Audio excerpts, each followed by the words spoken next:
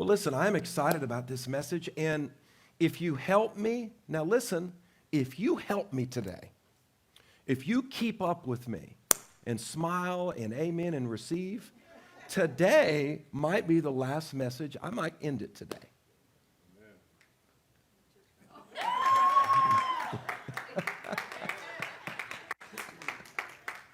How many of you have enjoyed this series so far? Come on, you heard what I just said?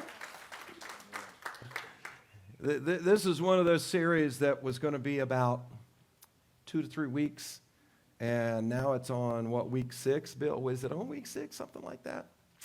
But you know me, when I start to dive into the Word and I start to dissect things, there's so many other things that I see in this, and the Holy Spirit's like, yes, that's what you're going to expound on.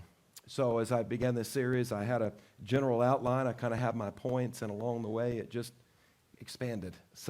But today our goal is, or at least I really feel this, is to close out this series. Today's message is probably one of the most important messages of the series. It's a great way to end because everything that we've learned up to this point really rests on this truth that we're going to learn today. Well, let's do a little review, and then we'll pick up with today's lesson. Spiritually healthy eating habits. We started with Hosea chapter 4, verse 6, and this has kind of guided us over the last few weeks. My people are destroyed for a lack of knowledge because thou has rejected knowledge. You cannot grow past what you know. I'll say that again. You cannot grow past what you know. And that's why we've been talking about this. That's why the world is attacking your understanding of truth. That's why you've got to have a biblical worldview. We talked about that. That's why you cannot accept this deconstruction that's happening. You cannot grow past what you know. Let's put this next slide up here. Lesson 1, we talked about, are you healthy? And let's just breeze through this, Andrea. And lesson 2, we talked about what does Jesus have to say about this? And we went a little bit further and we said, how healthy is our love for the Lord? And so we did a love evaluation. Jesus said, if you love me, you keep my commands. What we learned in John chapter 8 last week is that a healthy heart hears the word. Now, this is really going to tie in to what we're going to talk about today. So let this resonate with you. Is that a healthy heart hears the word, receives the word, then understands the word, and then lives the word. And we broke down John chapter 8 to learn those truths. This is what we learned last week, and this is what we got to be reminded of today. John 8:31. Jesus said to those Jews that believed on him. So really, I've got to reiterate these 2 verses because when we get into this parable today, you're going to understand why. If you continue in my word. Now, let's say this before we lead up to today. Say this with me. Say, God's word is seed. Let's say that again. God's word is seed. So I want you to think about that. So if God's word is seed, then what does that make our heart? Our heart is the ground that the seed is planted on. So Jesus says, if you continue in my word, then you are my disciples. That means we are a follower who disciplines our life to his teachings. Verse 32, this is the end result of having a good ground in our heart. We'll know the truth, and the truth will make us free. Father, let your blessing be on me today as I deliver this word. Lord, anoint me as the pastor, the shepherd, the teacher today. And Lord, I pray that everything I say is directed by the Holy Ghost. And Lord, I pray that you begin to deal with hearts right now. Let every heart be good ground. So when the seed of your word is declared, it's going to fall in good hearts, good ground. And when we walk away from this service, Lord, we're going to receive it, and we're going to understand it, and we're going to live it. Let your will be done today, Father. Anoint our ears to hear and our hearts to fully receive. In Jesus' name, amen. So today we're going to talk about this. How healthy is your heart? How healthy is your heart? You know, the older I get and the more that I really talk to other people who go to the doctor and they'll get a heart checkup, they tell men that you really need to do that probably after the age of 40. I'm 52. I probably need to get a check. I did get blood work last year and everything looked good. Praise the Lord. So thank God for that. But a lot of times if you don't catch the condition of your heart, something will happen. And a lot of times you have health issues as a result of your heart. I remember now Dave's in Texas now. Dave, if you're watching, I love you, brother. We miss you.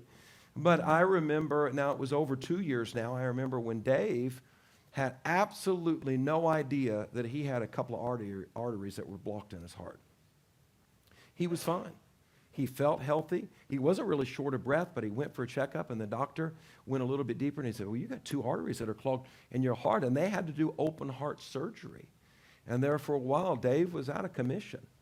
And so Dave didn't know what was going on in his heart.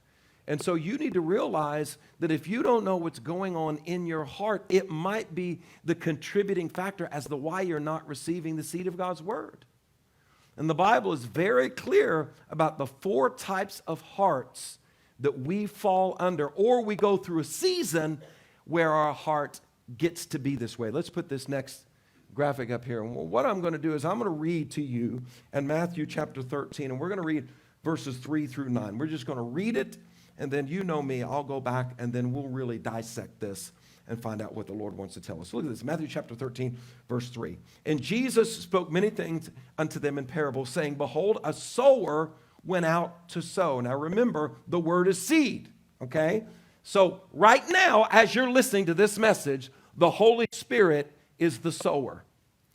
So, and you need to look at church service that way. I think if you looked at everything that's happening in the Spirit during a church service, you just might approach the service a little bit different. When it comes to worship, when it comes to receiving from the Word, I think that if you look at your heart as one of these grounds and realize that every time you're sitting under the Word, the Holy Ghost is sowing that Word in your heart. Now, you might listen to a message and you might hear me say, hey, we're going to talk about this.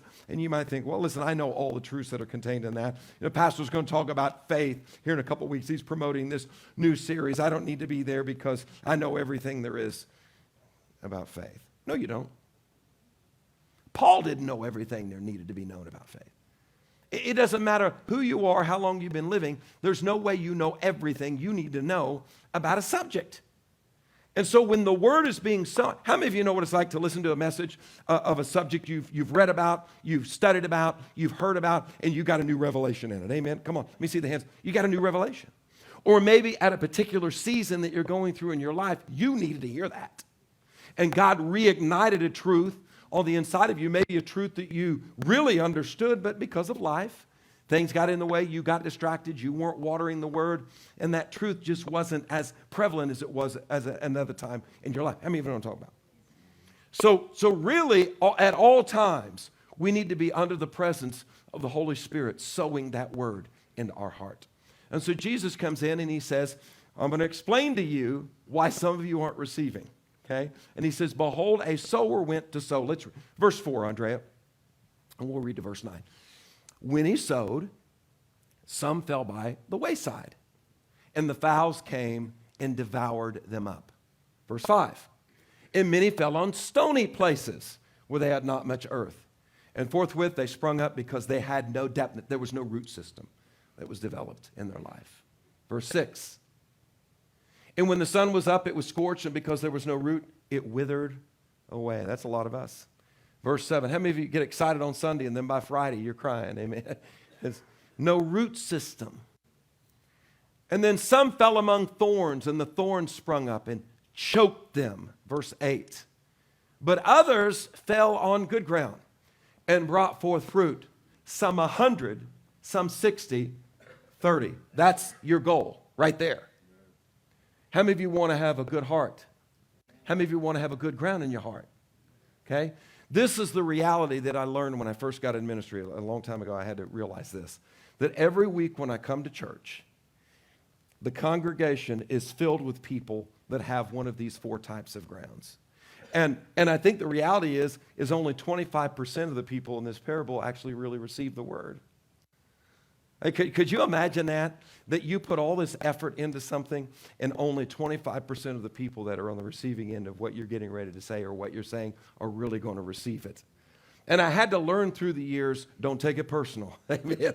Because any of you that teach, any of you that's ever done ministry, or you've ever been in a situation, you've taught in church, or you've preached, or you've been out and you've ministered the word, if people aren't receiving it, don't take it personal.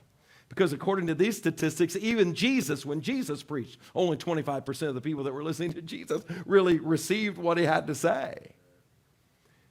And so I don't think it's as, I know in this church, it's not as much as the one delivering the word as it is you evaluating your heart and making sure that you're receiving this. And then in verse 9, Jesus says, those that have ears to hear, let him hear. Let's put this picture up here, Andrea. If you look at this picture, and we'll just breeze through this because I'll dissect these 4 types of ground, you get a better idea as to what Jesus was talking about. The first picture in the upper left is the wayside. And when you look that up in Scripture, what that means is ground beside a path. You can look that up in the Greek. That it is ground beside a path. So basically, it was a walkway. It was the ground beside a walkway, and we'll dissect that. And then the stony ground, which is right beneath it. Jesus talked about that. Some of you came in today and there's a hardness going on in your life. There's bitterness, or there's unforgiveness, or there's something you can't let go of, and it has hardened your heart. And as a result of hardening your heart, the seed just can't penetrate the soil of your heart. And then Jesus talked about this thorny ground in the upper right-hand corner, and you've got all those thorns. And even though the seed might even make it to the soil, by the time the seed wants to start to germinate and wants to start to sprout up out of the ground, the thorns choke it. And that's the cares of life. The goal for us today is to get to that bottom right-hand corner. That's what we want. We want good, healthy, nourished, tilled, watered ground. And that is your heart. And that is why the Scriptures over and over and over again says protect your heart. Guard your heart. Amen. Because your heart, out of your heart comes what? The issues of life.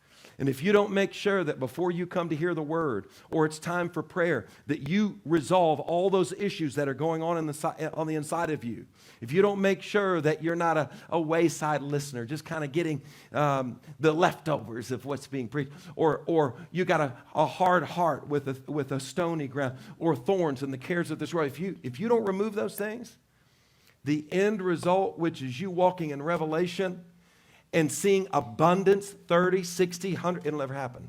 You'll come to church. Listen, you can hear Jesus himself get up here. Jesus himself could manifest himself and teach the word, and many of you walk away and won't receive. Oh my God, if Jesus, no. It happened in Jesus' day. It would happen today. So let's put this next graphic up here. This is what we're going to talk about today. We're going to break this down. We're going to talk about these 4 types of ground. Let's read the remainder of this, because I think this is, we need to know this to understand. Now, we're going to read verse 10, and we're going to do it very quickly. We're going to go to verse 23. Y'all here with me still? Y'all still here with me? Amen. And the disciples came to Jesus and said, why are you speaking in parables? So this is key for you to understand. And whenever you see typology in Scripture, if you're like me, I'm a student. I'm going to dive in. I'm going to find out exactly what that means. If I see a parable that talks about wine or wineskins, or I want to find out what's that mean in Bible times. What's the translation of that? What's the Greek definition of that? Or in the Old Testament, I want to know. When I study the Holy of Holies, I want to know. And when I see Jesus give parables, he gives parables about fishermen. He gives parables about sowing the seed. He gives parables about all these different things. And the reason why is he's trying to take a kingdom truth and relate it to the listener to where they can really understand in a visual way what he's talking about. There were times that Jesus would actually experience something and give an object lesson to what he just taught. And that's what happened here in Matthew 13.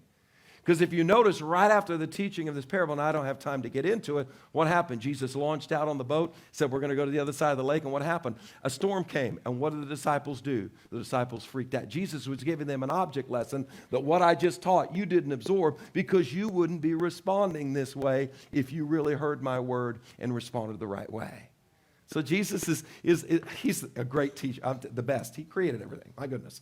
Okay, and he said unto them, because it is given unto you to know them. This is where some of, oh my goodness, I'm telling you, as a pastor and as a shepherd, my heart is that people will grow.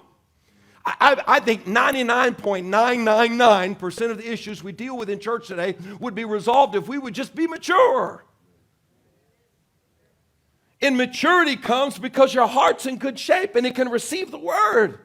Because Jesus says, listen, It is given to you to know the mysteries of the kingdom of heaven.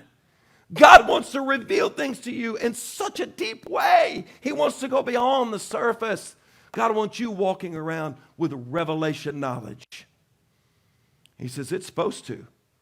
Verse 12. But whosoever hath, to him shall be given, and he shall have more abundance. But whoever hath not, from him shall be taken away. Even that hath. If you understand truth and you continue to pursue it, it will build upon that revelation that you just had. If you reject that revelation, it'll be taken away. Is that what you're seeing?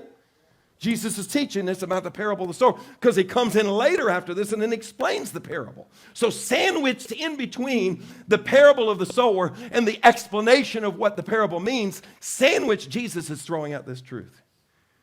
And he's saying, if you'll do with what I give you, if you'll do something with it, if you will continue to grow, I will let you grow even more and give you more abundance. But if you're going to cast it aside, it'll be taken away. Verse 13. Therefore speak I to people in parables, because they don't see and they can't hear, neither do they understand. So Jesus in his divinity is understanding that he needs to speak to our humanity. Divinity speaking to humanity, kingdom truths to give us revelation knowledge, and he uses parables for us to get the big picture. Verse 14. And in them is fulfilled the prophecy of Isaiah, which says, by hearing they shall... Now, Jesus is speaking to the Jews here. They weren't going to receive what he had to say because they didn't accept him as Messiah, okay? Let's go to verse 15. But we get the truth of what Jesus was saying. If we choose not to believe, then we're not going to understand because we're not listening. So if we don't deal with our heart, Jesus said, our heart becomes waxed gross, and our ears become dull of hearing, and our eyes are closed, lest at any time they should see with their eyes and hear with their ears and understand with their heart and be converted, and I will heal them. That's the goal of God right there. That as a believer, you're the type that can hear what the Holy Ghost is saying, see what the Holy Ghost is doing, receive what the Holy Ghost is doing in your life, and understand those kingdom truths. Verse 16. Blessed are your eyes, for they see, and your ears, for they hear. Verse 17. For verily I say unto you that many prophets and righteous men have desired to see those things that you see. And so now Jesus once again is addressing the Jews, and he's saying, man, they spoke about me all through the Old Testament, and here I am right in front of you. So basically, let me say this, and we'll move on past this because for time's sake, Andrea. Basically what Jesus was saying was because your eyes can't see it and your ears can't hear it, right in front of you is the Messiah, and you can't even receive what I'm teaching you because you don't believe in who I am. And so Jesus was letting them know it's a heart issue. So basically what Jesus is saying is the anointing of God can be present, the glory of God can be present, the Holy Ghost can be present to give out revelation, but if our heart isn't where it needs to be, we'll miss everything God has. It's crazy. We'll leave the church service and I'll hear some people and they'll go, my goodness, Pastor, man, that was awesome. Or I'll get a message, or somebody will text me, or during the week, oh my goodness, Pastor, that was awesome. Then I see some people, they leave unaffected by the message, unaffected by what God did during the worship service, unaffected, and they go, right, listen, this is why some of you are going right back to sin when you leave church. You come to church and you're like, Lord, I need you to help deliver me from sin. And you walk right out of this sanctuary where the anointing was present, the glory was present, the worship of God was deep, the word of God was deep, and you walk right back to your sin because your heart wasn't ready to receive fully what God was trying to tell you. Am I making any sense in here? I call that premeditation. Sometimes we premeditate and we're like, yeah, I'll skate through church, but I'm going back home and I'm sinning. I don't care what the pastor says. You got to be open. Your heart has to say, God, whatever you have for me, I accept it. Even if I don't like it, I got to accept it. Okay. Andrea, let's go to that past. Let's go past this for time's sake. Amen. Am I boring some of you today? Okay. We saw the grounds. Now, these are hearts. And so once again, you're going to understand these visuals as we continue and I dissect these 4 types of grounds. On the left, with the fowl of the air, you see that heart. You need to understand, I want you to hear me. Those fowls represent demons that are there, and they want to steal the word away from you. So, see, you got to understand, when you came to church today, there was a demon assigned to you, or many, to distract you from letting the word do its work. How many of you believe there's distracting demons? That every day they're getting your mind off of things, they're distracting you, they don't want you to listen to what's going on. When you're sitting in church service, okay? Now, I love you and I didn't see it happen, but I'm just saying statistically, some of you already, 2 minutes into my message, amen, we're only 2 minutes in, I got plenty of time, praise the Lord. You already started planning for your week. You've already put your order in to where you're going to eat after church service. You're thinking about it. Some of you are already thinking. Some of you have been texting during church service. How did we ever live without mobile phones? You ever think about that? How did we ever live without smartphones? Some of you are thinking about that problem you brought into church service with you. Some of you are thinking about that problem you're going to walk away and have to face when you leave here. Some of you are thinking about the problem you got to deal with tomorrow when you wake up. Oh my goodness, the week that I'm getting ready to face. Some of you haven't heard from your doctor yet about a test that you've taken and you're fearing the worst. Those are fowls of the air that are coming in and they're wanting to snatch what you're hearing today because you were distracted from the seed being sown. And before it had an opportunity to take root into your heart, they stole it by distracting you. So that's what's going on in your heart right now. Every time you open your Bible, every time that you go to study, every time that you go to... Isn't it amazing, man? You can stay up. Now, not me, because like by 8 o'clock, I'm like, I'm out. But for some of you that are crazy, they can stay up, past midnight. I don't know what happened. Once I hit 50, it was like 8 o'clock. It's like somebody punched me. It's over. But for some of you, you can read. It's crazy. It's crazy. You can sit up and watch movies. You can watch Netflix, and you pull your Bible out in 5 minutes, you're asleep. Come on. You think the enemy wasn't whispering in your ear? Rock-a-bye, baby. Your eyes are heavy. Am I right? Come on. Some of you, you're like, man, I did great all day. And then I went to pray, and I was maybe if you're having a hard time sleeping, read your Bible and be determined to pray. I guarantee you that fowl's going to be there. Rock-a-bye, baby. And then you've got the stony, the hard heart. Kind of hard for the seed to penetrate. Then you've got, so that's your heart. Every one of you that came in today have that going on. Some of you got all, now the top one's the good ground, so we won't talk about, some of you got all three.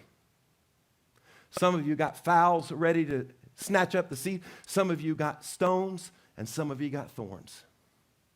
And today, hopefully, you're going to remove those things to get to the good ground. Let's go to the next graphic. Let's break this down. The sower sows the seed. We already talked about it. Let's go to the next picture. Amen. Here's the wayside. Write this down. We're going to break these down real quick. This is the wayside. This is what it represents in Scripture, okay? The wayside. The wayside is the casual listener. Now, you got to understand this because when you look up the word wayside and you look at this in the Greek, what it means, you see that grass? Y'all see that ground beside the path, okay? That's wayside ground. In Bible times, that's how people got around, is they walked on paths. Now, the thing about it is birds and other animals knew that that was the pathway. They didn't walk here. And so what happened is people discarded things. They would discard. And so the fowls knew that when somebody comes along, they're ready, man. They're ready for it. And so what the Lord's trying to teach us is we can't be distracted by everything that's going on because the fowls are going to be ready to be there to snatch from you what God's trying to speak to you during a church service. Now, it's the casual listen. I want you to hear me and just hear me. I'm not wanting to get on a tangent about this, okay? I'm talking universally, okay? Universally. I was listening to a study. It was yesterday. And this new study startled me. And what this ministry was doing is they were talking about Gen Z, Gen X, millennials, all these younger generations. And And what's happening is church attendance is in a huge, it's not like going like this over the last few decades. It's going like that. And so what's happening is churches, this is what this ministry was bringing, now churches are bringing the world into the church to attract the younger generation. We got to do what we can to get them into church. Come on. They're singing secular songs and during a church service. Like non-Christian artists, the worship team, they're doing all these promotions. They're doing everything they can to attract people. And they said the reason why is because this generation looks at the church as boring. They don't have the answers to my problems. I leave bored and they're distracted. I'm going to tell you what's happening. And Jove and I have had this discussion. Many of us had this discussion. Is because today's generation, when they grew up, all they knew when they were born was internet, high-speed internet, smartphones, tablets, computers. That's all they knew. And so at their fingertips, everything was instant. Right? And so what happens is they come into church and they hear about things that takes time to have to take place. They hear about sanctification. Oh, yeah, that takes time. They hear about believing God and holding on to the horns of the altar and not giving up and growing weary and well-doing. And they're like, I don't have enough time for that. I want what God wants from me now. I want my ministry now. I want the answer to my prayer now. And when they come to church, it's all boring because they want immediate. They want immediate. And so what's happening is this generation is so distracted by everything else that's going on.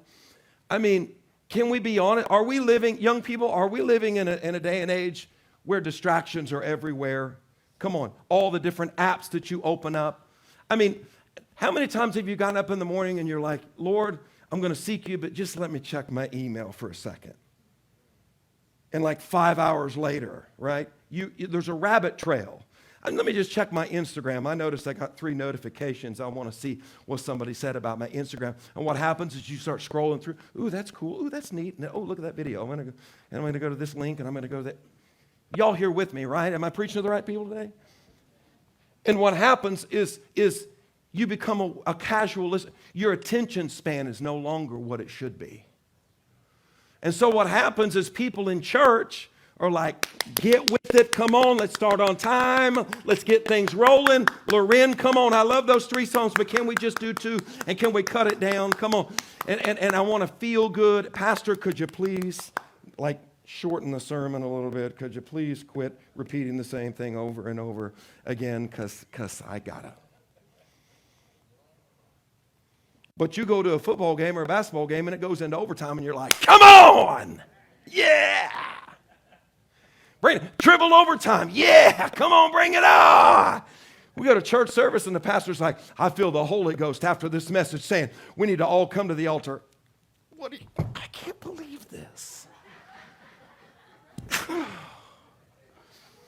I wanted to. Did you realize all the Catholics and the Methodists and the Baptists are going to beat us to the China buffet now? Brother, I got news for you. They're already in line right now because it's noon.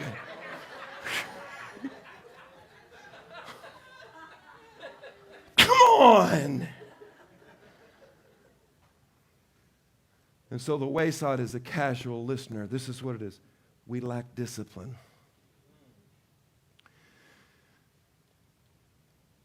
I have no problem with online church. I want you to hear me. Working, sick, during the pandemic, I get it. But this is what's happened over the last 2.5 years. That's just how we do church now. We've been conditioned. You realize that. We've been conditioned. But you got to understand, there's an intimacy when we receive the word that's got to happen. Word is a seed, right? It goes into the ground. Just like the intimacy between a man and a woman. A married man and a married woman come together. We're going to have a child. And the seed of the man goes into the woman. And then there's a germination that takes, and all that stuff. Hey, you all know, I'm not biology, so you all know what happens. The baby comes. That's what happens in you when you come to church. But you got to be present. I'm telling you, every morning, I'll listen to ministries. it's nowhere near what it's like being in service. I'll go back and I'll watch the live feed, and and what I'm seeing on that screen, even the anointing is nowhere the same as being here. And this is a big reason. It doesn't matter how you discipline yourself. When you're in a church service, okay, and you're sitting down on a seat, and you're in the building, nothing else really has your attention. When you're on a treadmill, when you're at the gym, when you're out walking, and there's nothing wrong, we need to do that. Don't get me wrong. You don't have the opportunity for those other things to distract you. And when we get conditioned after time, that's just the way we're going to do church. And people are doing it and choosing to do it. Now listen, I'm not saying that we can't do that and use it for a good reason during a pandemic, or people are on vacation, or people aren't feeling. I get all that stuff. I'm talking about when we make it our lifestyle and we redefine church to where we don't assemble together anymore. We just watch it online. You got too much going on. There's too many distractions going on around you to be able to fully receive what the Lord is trying to speak to you. And we just become a casual listener. Does that make any sense? Wayside ground represents a total lack of discipline. The word was sown, but it was not sought after. It wasn't received, therefore falling unfruitfully to the wayside. In church, we wonder why we don't have any faith and no victory and no revelation and no understanding. We need to evaluate ourselves and say, Lord, am I a wayside here? Is my attention span small? Do I get bored easily?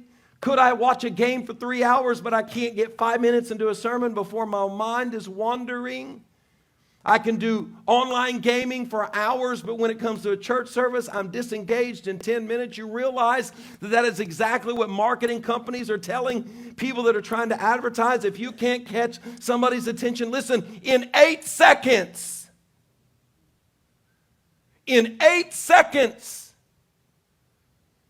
I look at our online church service, and it gives me, as the administrator, it breaks down how many people viewed, how many people watched, how many people disengaged, and it actually gives me the stats on how quick people quit watching. And you would be amazed at how quick. Loren, I love you, but it's before it even gets to the sermon. People disengage. They start watching, they're like, And then we start church surfing. You know, like channel surfing? And then we start church surfing. I don't like that worship lineup. Let me scroll through and let me watch this other church. Ooh, that's got... And then before it's over, listen, this is happening. I'm just being honest with you. This is what happens. This is what, when we redefine church, this is what happens. And now people on any given week, they don't really sit down to one church, their church, and listen to what the Holy Spirit say. They're jumping around from 4, 5, 6 different church services. It's kind of hard to hear what God's trying to say when we're distracted like that. Am I making any sense?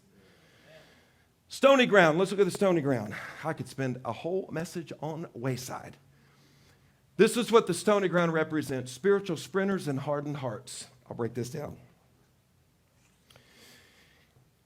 What this teaches us with a stony ground is there's no depth to go the distance in the race of life.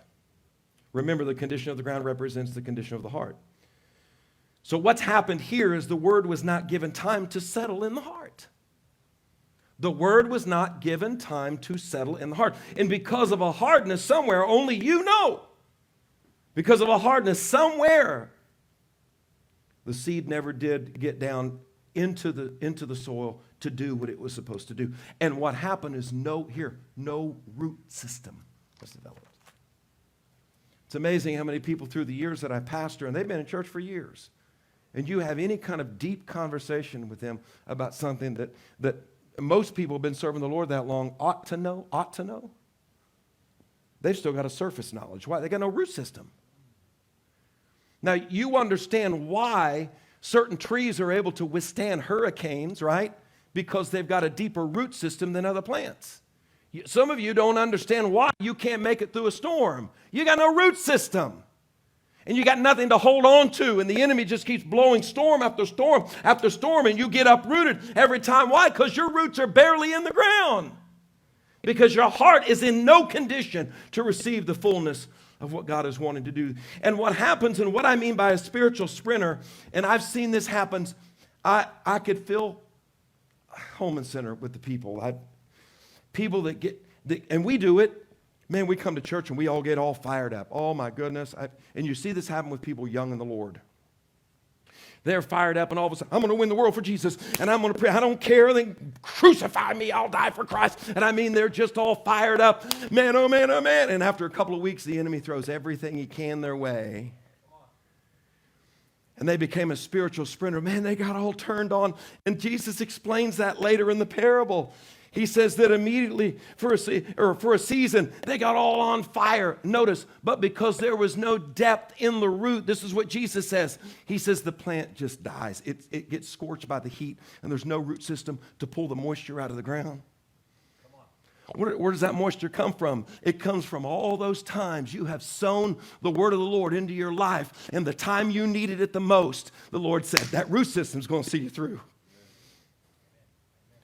Spiritual sprinters, people that get on fire for God, and I see this happen, and I get all excited, and I try to come along people, and I'm like, come on, you can do it, you can do it, you can do it. I'll never miss another church. That's right there. I'll never miss another church. I'm going to do this for Jesus. And you're like, man, I love you, but you got to have somebody come alongside you and help disciple you because I know for a fact it's going to get a lot tougher than this. I know you're excited about Jesus right now, but you got to discipline yourself and get a root system. So when the fire comes, you'll last. How many's here with me? We hear the word and something, whoa, hallelujah, we're all excited. Got enough word in us to sprint and get excited for a while. But because no root system is developed within our heart, our endurance is only for a short season. Basically, there was no discipline in our life, and we did not remove the things deep in us that hardened our heart. The Bible talks about bitterness. The Bible talks about unforgiveness. The Bible talks about sin. The Bible talks about all these different things that will harden the heart. And if you don't deal with it and get it eradicated out of your life and say, Holy Spirit, uproot all these things out of me, then you can sit under Jesus himself preaching to you and it can't penetrate the hardness of your heart. Proverbs chapter 12, verse 12 says, the root of the righteous yieldeth fruit. So if we develop a root system, guess what happens? We see fruit. Do you see that? And Mark chapter 4, verse 6, when Jesus explains this parable in another book of the Bible, it says, when the sun was up, it scorched it because there was no root system in it, and it withered away. I don't want to be a spiritual sprinter that's always known by declaring great things, but never having the endurance to see it through. This is where vision comes in. This is where knowing who you are in Christ comes in. This is where faith comes in. It's not going to be instant. And this is where today's generation is.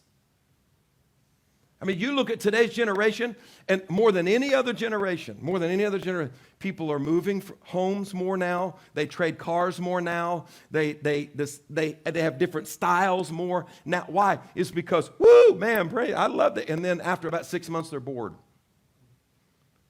I just traded in. And we do that with homes. We do that with cars. We do that with clothes. And then what happens is we do that with churches, and we do that with relationships with people. We get bored easily. We don't want to develop a root system. Does that make any sense with anybody in here? Amen. You got to develop a root system if you want to mature in your walk with the Lord. How do we develop a root system? Hosea chapter 10, verse 12 says, break up the fallow ground, for it is time to seek the Lord. We've got to allow the Holy Spirit to come in and remove every hindrance in us, every issue, every attitude, everything that we brought into our relationship with the Lord. We've got to allow those generational issues. He's got to break it all up, every bit of it. And every time something happens in your life where you don't want to forgive or you don't want to love somebody, you need to say, Holy Ghost, break this up. Don't let this hinder my walk with you, because I won't be able. And listen, when you come into church and you're offended at the preacher, can you hear from me if you're offended at me? Am I making sense here? I've been doing this for a while. I've seen it. Something happens. Somebody gets upset at me. I'll be preaching, and I sit back, and you see them sitting there with their arms crossed. I dare you to bless me.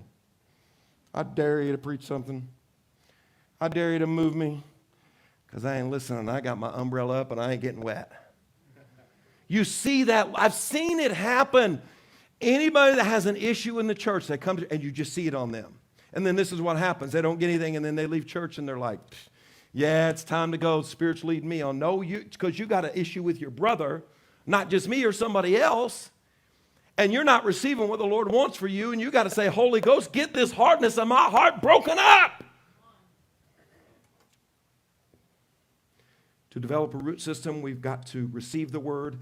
We've got to seek the Lord about that word and have him reveal it to us by the Holy Spirit so our heart can be softened. James chapter 1, verses 21 and 22 says, lay apart. Listen, I love this. You got to lay all these things out. All the filthiness, all the sin, all the naughtiness.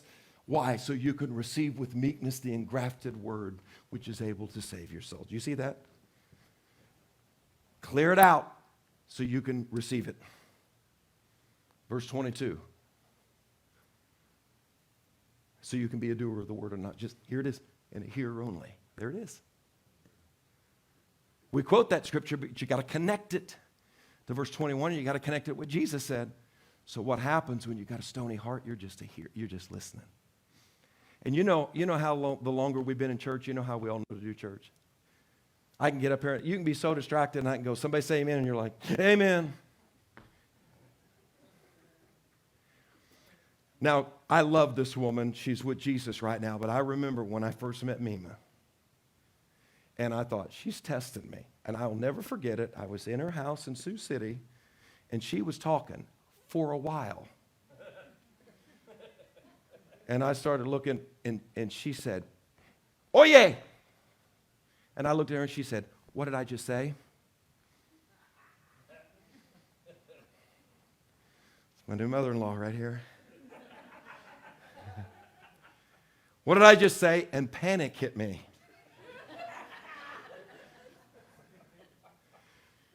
Thank goodness I repeated what she just said. But it's funny because she was like, when you look at me, you're going to listen to what I have to say. And don't you look away. You're going to be my son-in-law, preacher man, bishop, I don't care what they call you. You're going to listen to me. That's what she did. Did she ever do that to you? Okay. She said, what did I just say? Matter of fact, Jovi does that sometimes. Now I know where she gets that from. What am I thinking? The apple didn't fall too far from the tree, did it? Jovi will do that. What did I just say? The Holy Ghost was talking to me, and I love you, but I had to, God trumps any other voice, because Pastor did say.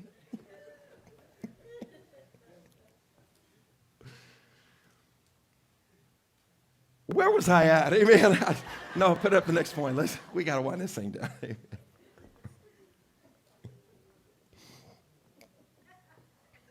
The thorny ground.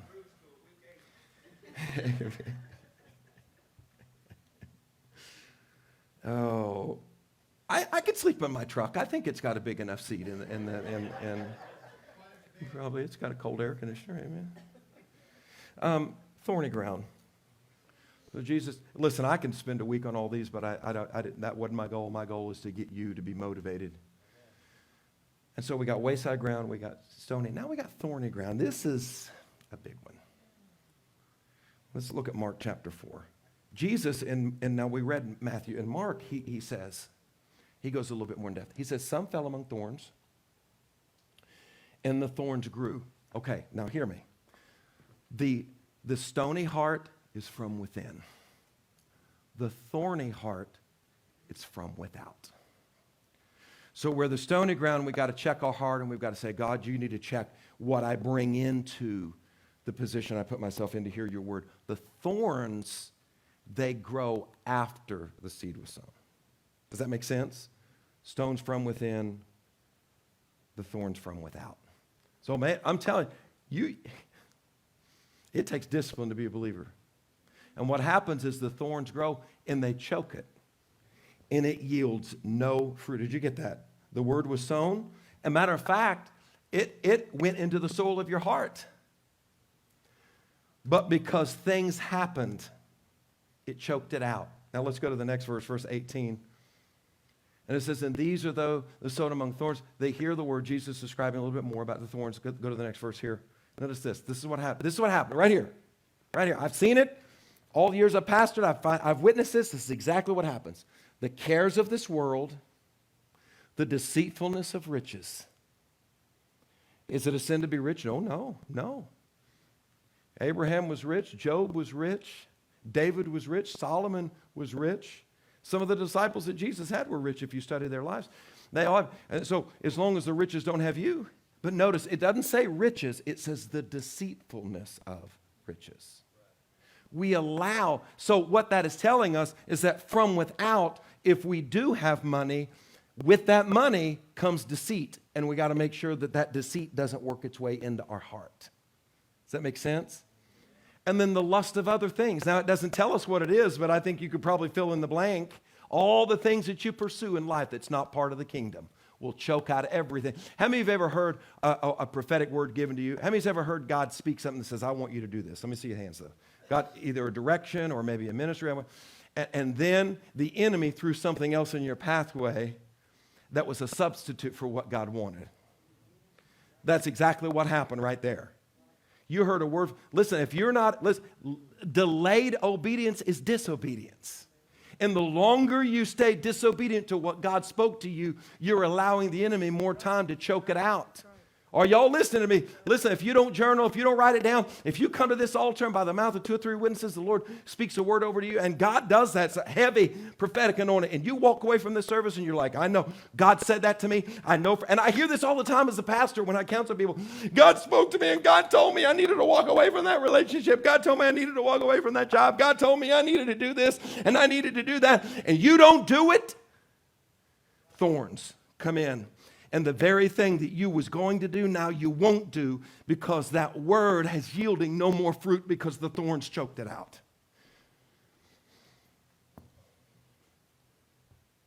We receive it. The ground is okay, but nothing was done because the thorns came from without. The question we got to ask ourselves is, do we allow other things to grow larger than the word? And then finally, the good ground. That's it. It's the prepared listener and the obedient listener. We hear the word, not in the natural, we hear it in the spirit. And we're hearing with the Holy Spirit, that revelation, that understanding of the parable. We're hearing it now. And the only way we get to good ground is we prepare the heart. We understood that. We have already taught that. And then we obey. We can now be a doer of the thing that we have heard. When we accept the word, we become mature in the word because we have an open heart before God, and God begins to grow the seed. And it goes on and it tells us that the way that growth comes can be 30, 60, 100-fold. You go into this revival at the end of October, 1st of November this year, and you have a decent understanding of what deliverance is all about. If you add more knowledge to that, you can walk in 30, 60, 100-fold revelation when you continue because your heart's good. Let's put this last graphic up and we're going to end. We're closing. I told you I'd get it in today. We're getting out at 2:30, but anyway, no. Stop playing. Health is produced by the word. But let's put this next graphic. We're just going to, right, this is what happens. This is it. My last point right here. The healthy things that the word will do for you. If you deal with the heart, you deal with the ground, this will be the benefit. It'll produce faith. Faith comes by hearing and hearing by the word, right? It'll give you a knowledge of the word. I'm not talking surface knowledge. I'm not talking human knowledge. I'm talking kingdom revelation knowledge. How many of you want that? How many of you want to walk in mountain moving faith? You got to get the word in you, but you got to make sure the heart's right. It gives us a true understanding of spiritual things. That's where you develop your biblical worldview. It gives you the ability to receive a healing. Is that in Scripture? Yeah, I'll just throw this out here. I know I'm jumping ahead, Andrea. But Psalm 107, verse 20 says he sent his word and healed them and delivered them from destruction. Psalm 107, verse 20. He sent his word, and then that's what happened with Jesus. Jesus would minister a word, and all of a sudden revelation would go on in somebody. When they received that word, and boom, they'd get their healing. Because they didn't let anything else stand in the way of that revelation they received. Okay, let's go back to that list. Thank you, Andrea. We can receive a healing. If you need a healing, this is what you need to do. God, soften my heart from any hardness. Remove all the thorns. Don't be a wayside listener. And you get into healing scriptures and sow them into your heart and surround yourself with that word until that word becomes more real to you than the natural. And then when you declare that word, it truly is being spoken by faith. And it gives you the ability to cast out devils. This is in Matthew chapter 8, verse 16. This is it. This is my last scripture. We're going to end. We're all going to go to the China buffet. Amen. And when evening was come, they brought unto him many that were possessed with devils. Here it is. How did he cast out the spirits? What did he do? With the word. When you get to this place in your walk with God, the things you declare line up with what you really believe. And the enemy knows it. And when you come up to a situation, whether it's a stronghold, whether it's a principality, whether it is a possession or an oppression, whatever it is, however the enemy is attacking, you know the word of God so powerfully that the moment you declare it, the enemy knows there's power behind that word. And he's subject to the authority that you just declared because you gave kingdom authority when you spoke that word. Let's all stand.